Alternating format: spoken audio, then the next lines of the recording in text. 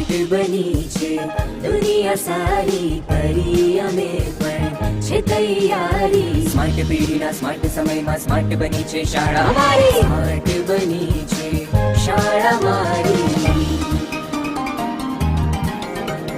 ગણિત ન લાગે અઘરું મુજને ભાષા લાગે પ્યારી પ્યારી જ્ઞાન અને વિજ્ઞાનની સાથે હવે થઈ છે દોસ્તી યારી સ્માર્ટ બની છે શાળા મારી ત્યાં છે સો સંસ્કારી રોચક ને રોમાંચક ભણતર શિક્ષકોએ વાત સ્વીકારી સ્માર્ટ બની. હેલો વિદ્યાર્થી મિત્રો, કેમ છો? આજે અમારી યુટ્યુબ ચેનલ સ્માર્ટ ક્લાસમાં આપની સમક્ષ એક અમારું નવું સોપાન સામાજિક વિજ્ઞાનનો સંપૂર્ણ કોર્સ કરાવવાનો અમે શરૂ કરવા જઈ રહ્યા છીએ. તો આજે અમે ધોરણ 8નો પ્રથમ પાઠ એટલે કે લેસન નંબર 1 ભારતમાં યુરોપિયનો અને અંગ્રેજી શાસનની શરૂઆત. તો ભારતમાં યુરોપિયનો શા માટે આવ્યા, અંગ્રેજો શા માટે આવ્યા, તો એના કારણો, એના વિશે આપણે જાણશું આ પાઠમાં. તો લેટ્સ સ્ટાર્ટ મિત્રો. જુઓ, નવજાગૃતિ. નવજાગૃતિ એટલે શું? તો યુરોપમાં 15મી સદીમાં સામાજિક આર્થિક પરિવર્તનો આવ્યા. હવે તમને એમ થશે કે ભાઈ યુરોપમાં નવજાગૃતિ આવી એને અને ભારતને શું લાગે વળગે? તો મિત્રો, ખૂબ જ ભારતના ઇતિહાસને આ બાબત મોટી રીતે અસર કરે છે, ખૂબ જ અસર કરી જાય છે. જુઓ, યુરોપમાં નવજાગૃતિ થઈ એટલે 15મી સદીમાં યુરોપની અંદર આર્થિક પરિવર્તનો આવ્યા, સામાજિક પરિવર્તનો આવ્યા. આર્થિક પરિવર્તનોમાં ત્યાં ઉદ્યોગોનો ખૂબ જ વિકાસ થયો. મશીનરી, કારખાના, આ બધા ઉદ્યોગો જે હાલમાં આધુનિકતા તરફ યુરોપ વળ્યું. તો વિશ્વમાં સૌ પ્રથમ યુરોપમાં આધુનિકતા આવી, ત્યાં નવા નવા કારખાનાઓ શરૂ થયા અને આ જ હતી નવજાગૃતિ. તો આ નવજાગૃતિ જે છે એની ભારત ઉપર શું અસર થઈ? તો ભારત સાથે યુરોપ ખૂબ જ મોટા પાયે વેપાર કરતું હતું અને આ જ કારણે જે જમીન માર્ગ હતો એ ક્યાંથી ચાલતો હતો મિત્રો? તો આપણો જમીન માર્ગ ભારત અને યુરોપ વચ્ચે કોન્સ્ટેન્ટિનોપલ એ જગ્યાએથી આપણે જમીન માર્ગ, એ રસ્તા ઉપરથી આપણે વાહનોનું આવન જાવન થતું હતું. તો એ જગ્યાએથી જ્યાંથી વેપાર થતો હતો એ જગ્યા ઉપર તુર્કોએ આક્રમણ કર્યું 1453માં. 1453માં તુર્કોએ કોન્સ્ટેન્ટિનોપલ જીતી લીધું. એટલે ત્યારે એ જીત મેળવ્યા બાદ, કોન્સ્ટેન્ટિનોપલ જીત્યા બાદ તુર્કોએ એ જમીન માર્ગને વેપાર માટે મનાઈ ફરમાવી દીધી, બંધ કરી દીધો, જેથી ભારત અને યુરોપ વચ્ચેનો વેપાર બંધ થયો. હવે જુઓ મિત્રો, ભારત તો એક સોને કી ચીડિયા, ભારત ત્યારે ખૂબ જ સમૃદ્ધ હતું અને યુરોપિયનોને ભારતની વસ્તુઓની ખૂબ જ જરૂર હતી. ભારતની જે પણ વસ્તુઓ હતી એ ત્યાં બનતી ન હતી, ત્યાંની જમીનમાં અમુક પાક ઉગતા ન હતા, એની એમને ખાસ જરૂરિયાત હતી અને આ જરૂરિયાત છે એ પૂરી કરવા માટે એમને એક નવો માર્ગ શોધવાની ફરજ પડી. અને એ નવો માર્ગ હવે જમીન માર્ગ તો હતો જ નહીં, જમીન માર્ગ હતો એ તો હવે બંધ થઈ ગયો હતો. એટલે હવે જમીન માર્ગની બદલે જળમાર્ગ શોધવાની ફરજ પડી. તો જરૂરિયાત એ શોધની જનની છે. મિત્રો, તમને ખબર હશે કે કોઈ પણ આપણને જરૂરિયાત ઊભી થાય, ફરજિયાતપણે કંઈ પણ કામ કરવાનું આવે એટલે આપણે એ કામ, એની કંઈ ને કંઈ એનો ઉપાય શોધીને એ કામ કરી દેતા હોય છીએ. તો જરૂરિયાત એ શોધની જનની છે અને યુરોપિયનોને શેની જરૂર પડી? તો કે ભારત આવવાના જળમાર્ગ શોધવાની જરૂર પડી. શા માટે જરૂર પડી? તો એના કારણો શું હતા? તો મિત્રો, ભારતમાં યુરોપિયન પ્રજાના આગમન પાછળના કારણો. તો 1453માં તુર્કોએ કોન્સ્ટેન્ટિનોપલ જીત્યું, આ વેપાર બંધ થયો ભારત યુરોપ વચ્ચેનો. તો યુરોપવાસીઓને ભારતમાં જે મરી મસાલા, સુતરાઉ કાપડ, રેશમી કાપડ, અફીણ અને તેજાના સુરોખાર અને ગળીની ખાસ જરૂરિયાત હતી. એ એવી વસ્તુ હતી કે જે ભારત સિવાય એમને ક્યાંયથી મળે એમ ન હતી. એટલે મુખ્ય કારણ હતું કે આ વસ્તુઓ મેળવવી કેવી રીતે, જરૂરિયાત સંતોષવી કેવી રીતે? તો એના માટે જળમાર્ગ શોધવો ખૂબ જ જરૂરી હતો. હવે આ ઉપરાંત યુરોપિયનો માંસના શોખીન હતા. માંસ ખાવા માટે જો માંસને લાંબો સમય સાચવવું હોય તો એ સમયમાં ફ્રીજની શોધ નહોતી થઈ. મિત્રો અત્યારે આપણે રેફ્રિજરેટર છે, એમાં ઘણા દિવસો સુધી આપણે અમુક વસ્તુઓને આપણે સાચવી શકીએ છીએ. તો મિત્રો રેફ્રિજરેટર છે તો આપણે ઘણા દિવસો સુધી એમાં જે વસ્તુઓ શાકભાજી કે અન્ય વસ્તુઓ મૂકી અને એ ઘણા દિવસો સુધી સાચવી શકીએ છીએ. તો એ સમયમાં રેફ્રિજરેટરની શોધ થઈ ન હતી. તો યુરોપિયનોને માંસ સાચવવા માટે મરી મસાલાની જરૂરિયાત પડી. મરી મસાલાથી લોકો ઘણા દિવસો સુધી માંસને સાચવી શકતા અને એનો ઉપયોગ ખાવામાં કરી શકતા. પણ હવે ભારત સાથેનો જે જમીન માર્ગ હતો એ બંધ થતાં, વેપાર બંધ થતાં આ જે વસ્તુ હતી મરી મસાલાથી માંસ સાચવવાની પ્રક્રિયા એ બંધ થઈ ગઈ. તો એમને એમાં પણ ખૂબ નુકસાન જવા લાગ્યું, માંસ બગડવા લાગ્યું. એટલે હવે એમને તાતી જરૂરિયાત પડી કે એમને હવે કેવી રીતે ભારત સાથે વેપાર ફરીથી શરૂ કરવો. તો નવો જળમાર્ગ શોધવાની ખૂબ જ જરૂર પડી, તાતી જરૂરિયાત ઊભી થઈ. અને હવે મુખ્ય દેશો જે યુરોપના હતા, જે એ સમયમાં શક્તિશાળી રાષ્ટ્રો હતા, એ ક્યાં હતા? તો પોર્ટુગલ, સ્પેન, હોલેન્ડ, ઇંગ્લેન્ડ અને ફ્રાન્સ. આ બધા દેશોએ પોતપોતાના જે નાવિકો હતા એમને એક મોટું કામ સોંપ્યું કે ભાઈ તમે કોઈ પણ રીતે ભારત શોધવાનો જળમાર્ગ શોધો. ત્યાંના રાજાઓ જે છે, ત્યાંના નાવિકો જે દરિયામાં દરિયો ખેડી અને જે નવો જળમાર્ગ શોધતા હોય એમને કામ સોંપ્યું કે ભાઈ તમારે જે પણ ખર્ચ થાય તે અમારી પાસેથી લઈ જાઓ, પણ તમે ભારત શોધવાનો જળમાર્ગ શોધો. તો આવી જ રીતે પોર્ટુગલમાં એક નાવિક હતો વાસ્કો દ ગામા. આ વાસ્કો દ ગામા એ સૌ પ્રથમ ભારતમાં પગ મૂક્યો, ભારત આવવાનો એમણે જળમાર્ગ શોધ્યો. તો પોર્ટુગીઝ નાવિક વાસ્કો દ ગામા સૌ પ્રથમ 1498માં ભારતના કાલિકટ બંદરે પહોંચ્યો. જો એ જે છે આફ્રિકા ખંડ પાસેથી થઈ અને એણે આફ્રિકા સુધીનો એને જળમાર્ગ જોયો હતો મિત્રો. પણ ત્યાં જઈ અને તેને આગળનો જળમાર્ગ વિશે માહિતી મળી અને એણે આખરે યોગ્ય માર્ગ ઉપર આગળ આવીને એ કાલિકટ બંદરે પહોંચી અને એમણે ત્યાં આવી અને ભારતના બંદર ઉપર પગ મૂક્યો, ભારતની જમીન ઉપર પગ મૂક્યો અને ત્યાંના લોકોને એમણે પૂછી અને એમણે જાણ્યું કે હવે હું ભારત પહોંચી ગયો છું. 1498માં સૌ પ્રથમ આવી રીતે ભારતના આવવાના જે જળમાર્ગની શોધ ફાઇનલી એમને જે શોધ હતી એ કરી લીધી. એમને પોતાની મંજિલ મળી ગઈ. અને હવે ત્યાં તો હવે કોઈ પણ અજાણ્યો માણસ આવે ભારતમાં કે કોઈ પણ દેશમાં તો એને રાજા પાસે મંજૂરી લેવી પડતી વેપાર કરવાની. તો એ સમયે ત્યાં કયો રાજા હતો? તો એ સમયે ત્યાં ઝામોરિન નામનો રાજા હતો. આ ઝામોરિન નામના રાજા પાસે વાસ્કો દ ગામા ગયો. વાસ્કો દ ગામાએ તેની પાસે મરી મસાલાનો વેપાર કરવાની મંજૂરી માંગી, સંમતિ માંગી. અને એ જે રાજા હતો ઝામોરિન, એણે વાસ્કો દ ગામાને અભિનંદન પાઠવી અને એને મંજૂરી આપી કે ભાઈ તમે ખૂબ સારું કામ કર્યું છે. વેપાર અમારા ભારતના જે માલ સામાન છે, ભારતના જે વેપારીઓ છે એમને પણ હવે ફાયદો થશે, એમનો માલ યુરોપ સુધી પહોંચશે, વેચાશે, નફો થશે. એણે મંજૂરી આપી અને ફાઇનલી એને મંજૂરી મળી ગઈ. અને હવે એમના માટે હવે કયો પ્રશ્ન હતો કે ભાઈ સુરક્ષાનો. હવે વાસ્કો દ ગામા ભારતમાં પ્રથમ વખત આવ્યો. હવે કોઈ અજાણી જગ્યાએ આપણે જાય તો આપણને એક ડર લાગે કે ભાઈ અહીંયા કેવા લોકો રહેતા હશે, મારી સલામતી શું? તો આના માટે જે પોર્ટુગીઝો વાસ્કો દ ગામા એની સાથે જે લોકો હતા એણે રાજા પાસે મંજૂરી લઈ અને બે કિલ્લા બાંધ્યા. એમાં સૌ પ્રથમ એક 1503માં કોચીન ખાતે, ત્યાં જ કાલિકટ નજીક જ કોચીન આવેલું છે, ત્યાં કોચીન ખાતે, અને 1505માં કન્નૂર ખાતે કિલ્લા બાંધ્યા. આ બે કિલ્લા 1503માં કોચીન ખાતે અને 1505માં કન્નૂર ખાતે કિલ્લા બાંધ્યા, જેથી હવે તેની પોતાની સુરક્ષા પણ સુનિશ્ચિત કરી લીધી અને હવે વેપાર માટે તેઓ સક્ષમ બન્યા. મિત્રો આપણે જોયું કે વાસ્કો દ ગામાએ ભારત આવવાનો જળમાર્ગ શોધ્યો.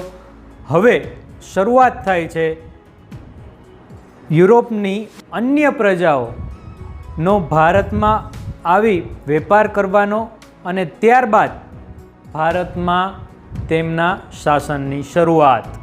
તો જુઓ, ક્યાં આ લોકો વેપાર કરવા આવ્યા હતા અને વેપારના નામે ત્યારબાદ એ લોકો પોતાની સત્તા સ્થાપે છે અને કેવી રીતે સ્થાપે છે એ આપણે હવે જોઈશું. તો સૌ પ્રથમ પોર્ટુગીઝો આવ્યા મિત્રો. આ ફિરંગી, પોર્ટુગલ એટલે ફિરંગી, સાગરના સ્વામી. તો 1505માં વાઇસરોય ફ્રાન્સિસ્કો ડી અલ્મેડા, 1505માં વાઇસરોય ફ્રાન્સિસ્કો ડી અલ્મેડાને પોર્ટુગીઝ સરકાર મોકલે છે વેપાર કરવા માટે, કોઠી સ્થાપવા માટે. ત્યારબાદ આવે છે અલ્ફાન્સો ડી આલ્બુકર્ક. હવે અલ્ફાન્સો ડી આલ્બુકર્ક છે એ સત્તાની સ્થાપના કરે છે, ગોવા જીતી લે છે, ભારતના પ્રદેશો જીતવાની શરૂઆત કરી દે છે. આ લોકો ગોવા જીતી લે છે અલ્ફાન્સો ડી આલ્બુકર્ક. ત્યારબાદ 1534માં વસઈ, 1535માં દીવ અને 1559માં દમણ પણ આ લોકો જીતી લે છે. દીવ, દમણ અને વસઈ. હવે જુઓ, ત્યારબાદ અહમદનગર, કાલિકટ, બીજાપુર પણ જીતી લે છે. જો કાલિકટ જ્યાં સૌ પ્રથમવાર વાસ્કો દ ગામા પગ મૂકે છે ત્યાં એ પ્રદેશ પણ જીતી લે છે, કાલિકટ, અહમદનગર અને બીજાપુર. હવે આ લોકો મોટા વેપારીઓ બની ગયા. મધ્ય એશિયામાંથી ઘોડાઓ ભરી અને વહાણમાં ઘોડાઓ ભરી અને ભારત લાવતા. મધ્ય એશિયામાંથી એટલે કે સાઉદી અરેબિયા, ઈરાન, ઈરાક, આ બધા મધ્ય એશિયાના દેશો છે. ત્યાંથી ઘોડાઓ ભરી અને અરબી સમુદ્રમાંથી હિન્દ મહાસાગરમાં ભારતમાં આ ઘોડાઓ લાવતા. આથી આ લોકો સાગરના સ્વામી કહેવાયા, સાગરના સ્વામી કહેવાયા. આ ઉપરાંત હવે એ લોકોનું શાસન, સત્તા એટલી બધી વધી ગઈ કે દરિયામાં જો કોઈ ભારતીયોને પણ વેપાર કરવો હોય, દરિયાના રસ્તેથી આયાત કે નિકાસ કરવી હોય તો ભારતીયોએ પણ તેમની મંજૂરી લેવી પડતી. એટલે કે ભારતના લોકો, ભારતના વેપારીએ પોર્ટુગીઝોની મંજૂરી લઈ અને દરિયાઈ વેપાર કરી શકતો, નહીતર કરી શકતો નહીં. આ ઉપરાંત એ લોકોએ ચાંચિયાગીરી પણ શરૂ કરી. જુઓ, ચાંચિયાગીરી એટલે શું મિત્રો? તો દરિયાની અંદર જે લૂંટારુઓ હોય એને ચાંચિયા કહેવાય. અને એ જ્યારે લૂંટ કરે, જે દરિયામાંથી જે વેપાર માટે માલસામાન ભરીને વહાણો જતા હોય એની લૂંટ કરે, તો આ પોર્ટુગીઝો ચાંચિયાગીરી પણ કરતા, લૂંટી પણ લેતા. કોઈ અજાણ્યું કોઈ વહાણ હોય એમાં માલસામાન છે એની લૂંટ પણ કરી લેતા. તો ચાંચિયાગીરી કરતા, ભારતીયોને દરિયાઈ માર્ગે વેપાર માટે મંજૂરી લેવી પડતી. હવે પોર્ટુગીઝો બાદ અન્ય પ્રજા પણ ભારતમાં આવવા માટે આકર્ષાય છે. અન્ય યુરોપિયન દેશો જે ભારતમાં વેપાર કરવા અને ભારતમાં સત્તા સ્થાપવા માટે તલપાપડ હતા, ઉત્સુક હતા એ લોકો. તો એમાં બીજું નામ છે ડચ એટલે કે વલંદા. વલંદાઓ ડાયરેક્ટ ભારતમાં નથી આવતા. એ ભારતનો જે અત્યારે પાડોશી દેશ છે શ્રીલંકા, એના ઉપર 1658માં આક્રમણ કરે છે. શ્રીલંકા પર એ વિસ્તાર જીતે છે અને ત્યારબાદ ત્યાં વેપાર શરૂ કરે છે. ત્યારબાદ તે ભારતમાં આવે છે 1632માં બંગાળમાં, 1650માં મલબારમાં વેપાર જમાવે છે. ગોલકોંડાના શાસક પાસે ફરમાન મેળવી મછલીપટ્ટનમમાં પણ તે લોકો વેપાર શરૂ કરી દે છે, એમની સત્તા સ્થાપી દે છે મછલીપટ્ટનમમાં. ઈસવીસન 1650માં ઇંગ્લેન્ડ સામેના યુદ્ધ સાથે તેમની હાર થાય છે અને ડચ વલંદાઓ જે ઇંગ્લેન્ડ સામે હારે છે અને ત્યાં જ તેમનો વેપાર અને તેમની સત્તા નાબૂદ થાય છે. એટલે એ લોકો ભારતમાં આગળ વધી શકતા નથી. અંગ્રેજો સામેની 1650માં હાર બાદ ડચ વલંદાઓનું નાબૂદ થઈ જાય છે, તેમનું અસ્તિત્વ ભારતમાં રહેતું નથી. ત્યારબાદ આપણે જોઈએ તો ડેનિશ પ્રજા. જે ડેનિશ પ્રજા છે એ બંગાળના શ્રીરામપુરમાં કોઠી સ્થાપે છે. જુઓ, બંગાળમાં આવે છે, બંગાળની ખાડી તરફથી. અને પરંતુ ડેનિશ પ્રજા છે એ વેપારમાં ભારતમાં નિષ્ફળ જાય છે. જુઓ, શું કામ નિષ્ફળ જાય છે? આ લોકો પણ હોશિયાર જ હતા, વેપારીઓ પણ હતા, પણ ડચ, પોર્ટુગીઝ અંગ્રેજો અને અન્ય ઘણા બધા યુરોપીય વેપારીઓ હતા, એટલે હવે ભારતમાં સ્પર્ધા વધી ગઈ હતી. એટલે જે વેપાર કરવાની સ્પર્ધા, ગળાકાપ સ્પર્ધા હતી, એમાં ડેનિશ લોકો, ડેનિશ પ્રજા એમાં ટકી શકતા નથી અને એ લોકો નિષ્ફળ જાય છે અને તેમનું અસ્તિત્વ અહીં પૂરું થાય છે. ત્યારબાદ ચોથા અને ખૂબ જ મહત્ત્વના, જેમણે ભારત ઉપર ઘણો લાંબો સમય શાસન કર્યું, એ લોકો છે અંગ્રેજો. અંગ્રેજો છે એ સૌપ્રથમ ઈસવીસન 1600માં ઈસ્ટ ઇન્ડિયા કંપનીની સ્થાપના ઇંગ્લેન્ડમાં કરે છે. જે કંપની હતી એની સ્થાપના તો એ પોતાના દેશમાં જ કરે છે, ઈસ્ટ ઇન્ડિયા કંપની, એનું નામ હતું ઈસ્ટ ઇન્ડિયા. સ્થાપના ઇંગ્લેન્ડમાં જ થાય છે ઈસવીસન 1600માં. ત્યારબાદ એ લોકો 1613માં, ત્યારે 1613માં ભારતમાં કોનું શાસન હતું? તો મુગલ રાજા જહાંગીર. જહાંગીર પાસે એ લોકો ફરમાન મેળવે છે. જો ફરમાન મેળવવું એટલે તો વેપાર કરવાની મંજૂરી મેળવવી. જે વેપારી પાસે રાજાનું ફરમાન હોય તે જ વેપારી છે, તે જ યુરોપિયન પ્રજા છે, એ ભારતમાં વેપાર કરી શકે કાયદેસર રીતે, નહીંતર એ લોકો વેપાર કરી શકતા નહીં. આ જ રીતે એ જહાંગીર પાસેથી, ત્યારે રાજા હોય છે જહાંગીર, એમની પાસેથી 1613માં ફરમાન મેળવે છે, વેપાર શરૂ કરે છે, કોઠી પણ સ્થાપે છે 1613માં. ત્યારબાદ ટોમસ રો 1615માં આવે છે, અંગ્રેજ અધિકારી ટોમસ રો. આ ટોમસ રો છે એ પૂરા ભારતમાં વેપારની મંજૂરી મેળવી લે છે. જુઓ, 1613માં એ લોકો કોઠી સ્થાપે છે અને 1615માં વેપારની મંજૂરી મેળવે છે. હવે ભારતમાં વેપાર કરવાની મંજૂરી અંગ્રેજોને મળી ગઈ છે અને હવે 1633માં બાલાસોરની અંદર તે લોકો પોતાની કંપની શરૂ કરે છે. ત્યારબાદ કલકત્તામાં ફોર્ટ વિલિયમ નામની કિલ્લેબંધીવાળી વસાહત ઊભી કરે છે, જેમાં અંગ્રેજો વેપાર પણ કરતા હોય છે. ફરતે કિલ્લો હોય છે, ફોર્ટ વિલિયમ એટલે કે ફોર્ટ એટલે કે કિલ્લો, બરાબર. અને વિલિયમ તો એમનો જે કોઈ અધિકારી કે રાજાના નામ ઉપરથી એમણે આ કિલ્લાનું નામ રાખ્યું, ફોર્ટ વિલિયમ. એ કિલ્લેબંધીવાળી આખી વસાહત ઊભી કરે છે. જુઓ, આ ફોર્ટ વિલિયમ કિલ્લાના લીધે જ અંગ્રેજોને આગળ જતા સંઘર્ષ થશે, યુદ્ધ થશે, એ પણ આપણે ભણીશું. કલકત્તામાં ફોર્ટ વિલિયમની સ્થાપના કરી અને ત્યારબાદ પટણામાં પણ કાસિમ બજારમાં કોઠી સ્થાપી. પટનાની કાસિમ બજાર છે એ પ્રખ્યાત હતી, ત્યાં પણ અંગ્રેજો કોઠી સ્થાપે છે. તો આપણે જોયું કે ભાઈ પોર્ટુગીઝ, ડચ, ડેનિશ અને અંગ્રેજો આ આવ્યા. ત્યારબાદ હવે આગળ ફ્રેન્ચો પણ આવશે અને આપણને ખ્યાલ જ છે કે આ બધામાં સૌથી સફળ કોણ થાય છે ભારતમાં શાસન કરવા માટે? વેપારના નામે આ લોકો આવે છે, વેપાર કરવાની મંજૂરી શરૂઆતમાં મેળવે છે, તમે જોયું ને. ત્યારબાદ ધીમે ધીમે યુદ્ધ કરવા લાગે છે રાજાઓ સાથે અને વિસ્તારો જીતી અને સત્તા પણ ભોગવવા લાગે છે. અને આપણે મિત્રો જાણીએ છીએ કે અંગ્રેજો છે એમણે ભારતમાં 200 વર્ષ, લગભગ 200 વર્ષની આસપાસ એમણે શાસન કર્યું, રાજ ભોગવ્યું. તો મિત્રો તમે જોયું, આજે આપણો આ ફર્સ્ટ લેક્ચર હતો, તો તમને કેવું લાગ્યું એ કોમેન્ટમાં તમે જરૂર જણાવજો. આ ઉપરાંત જો તમને ગમ્યો હોય તો તમે લાઈક બટન ઉપર તમે ટચ કરી શકો છો. આ ઉપરાંત જો હવે આ જ ટેકનિક, આ જ પદ્ધતિથી તમને જો શીખવું ગમે છે, જુઓ મિત્રો, મેં આ ટેકનિકનો ઉપયોગ શા માટે કર્યો કે ભાઈ તમે બુક વાંચશો, એમાં તમે પાઠ વાંચશો તો ઘણું બધું એમાં ઘણી બધી માહિતી હશે.